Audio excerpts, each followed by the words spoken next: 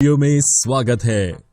इस वीडियो में हम रासायनिक सूत्र लिखना, राइटिंग केमिकल फॉर्मूले, इसका अध्ययन करेंगे। किसी यौगिक का रासायनिक सूत्र, केमिकल फॉर्मूला, उसके संघटक का प्रतीकात्मक निरूपण होता है। हम किसी भी यौगिक के रासायनिक सूत्र सरलतापूर्वक लिख सकते हैं, लेकिन हमें इसके लिए तत्वों के प्रतीक, सिंबल्स एवं उनकी संयोजन क्षमताएं, कंबाइनिंग कैपेसिटी ज्ञात होनी चाहिए। हम तत्वों के प्रतीकों, सिंबल्स का अध्ययन कर चुके हैं। आइए अब हम तत्वों की संयोजन क्षमता, कंबाइनिंग कैपेसिटी के बारे में जानें।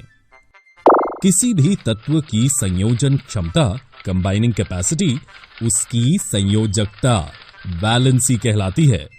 हम किसी एक तत्व के परमाणु दूसरे तत्व के परमाणुओं के साथ किस प्रकार से संयुक्त होकर एक रासायनिक यौगिक का निर्माण करते हैं, इसे संयोजकता, वैलेंसी का उपयोग करके ज्ञात कर सकते हैं।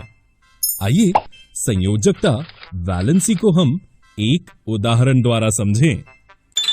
कल्पना कीजिए, यदि एक ऑक्टोपस को कुछ मानवों को इस प्रकार पकड़ना है कि उसकी 8 भुजाएं मानवों की दोनों भुजाओं के साथ प्रयुक्त हो जाएं, तो ऑक्टोपस कितने मानवों को पकड़ सकता है? यदि हम ऑक्टोपस को O तथा मानव को H के प्रतीकों से निरूपित करें, तो क्या आप इस संयोजन के लिए सूत्र लिख सकते हैं? ऑक्टोपस 4 मानवों को पकड़ सकता है, इसलिए हम इसके सूत्र को OH4 के रूप में लिख सकते हैं, जहां 4 ऑक्टोपस द्वारा पकड़े गए मानवों की संख्या को प्रदर्शित करता है। यहां आप कुछ सरल एवं बहुपरमाणुक आयनों की संयोजकताएं देख सकते हैं। आइए अब हम रासायनिक सूत्र, केमिकल फॉर्मूले लिखने के नियमों को देखें। 1. आयन की संयोजकता, वैलेंसी अथवा आवेश, चार्ज, संतुलित होना चाहिए। उदाहरणतः हाइड्रोक्लोरिक अम्ल यौगिक का सूत्र है HCl, जहां हाइड्रोजन H+ तथा क्लोरीन Cl- दोनों की संयोजकता 1:1 हैं, जो इस सूत्र में संतुलित हैं। 2. जब एक यौगिक किसी धातु एवं अधातु के संयोग से निर्मित होता है, तो धातु के नाम अथवा उसके प्रतीक को रासायनिक सूत्र में पहले लिखते हैं। उदाहरणतः कॉपर ऑक्साइड CuO, जहां ऑक्सीजन O अधातु है, इसलिए उसे हम दाईं तरफ लिखते हैं, और कॉपर Cu धातु है, इसलिए हम इसे बाईं तरफ लिखते हैं।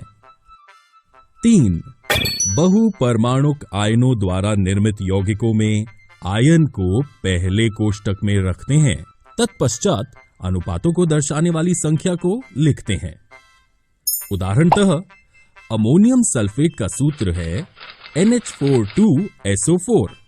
यहां बहुपरमाणुक आयन अमोनियम NH4+ की संख्या 2 है, इसलिए हम इसे कोष्टक में लिखते हैं। ठीक इसी तरह यदि बहुपरमाणुक आयन की संख्या 1 हो, जैसे सोडियम हाइड्रोक्साइड NaOH, तो कोष्टक की आवश्यकता नहीं होती है।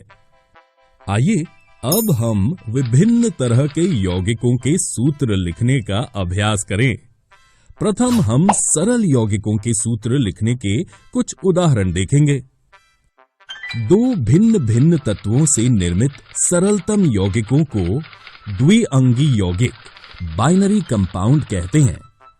उदाहरण के लिए हाइड्रोजन सल्फाइड जैसे आणविक यौगिकों के सूत्र लिखते समय हम पहले संघटक तत्वों हाइड्रोजन एवं सल्फाइड के प्रतीक H और S लिखकर उनकी संयोजकताएं 1 एवं 2 लिखते हैं।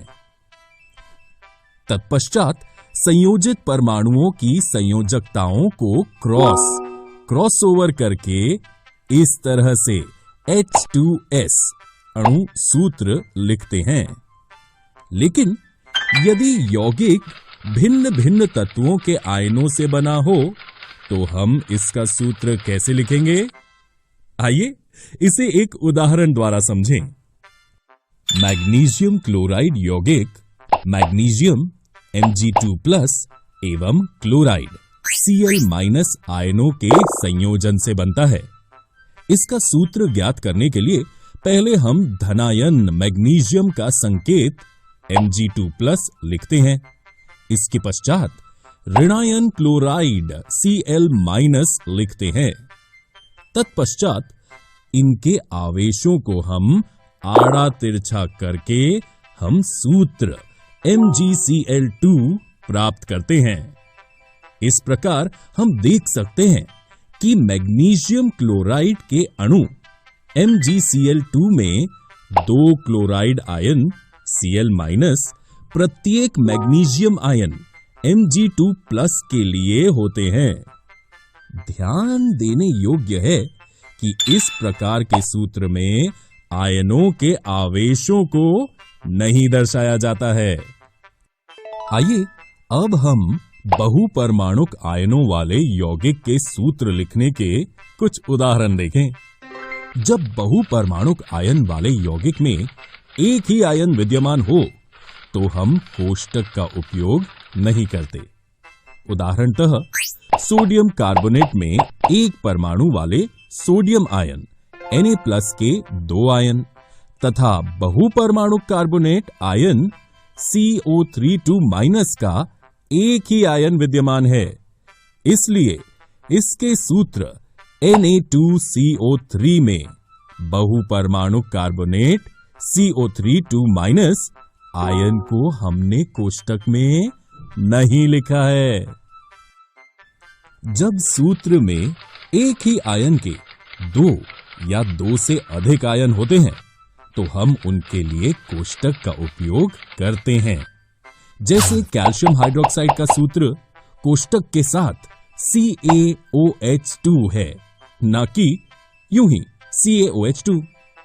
यहां OH को कोष्टक में लिखकर पादांक 2 लगाते हैं, जो ये निर्दिष्ट करता है कि एक कैल्शियम परमाणु के साथ 2 हाइड्रोक्सिल समूह जुड़े हैं। इस वीडियो में हमने रासायनिक सूत्र लिखना, राइटिंग केमिकल फॉर्मूले सीखा। अगले वीडियो में हम आणविक द्रव्यमान एवं मोल संकल्पना, molecular mass and mole concept का अध्ययन करेंगे।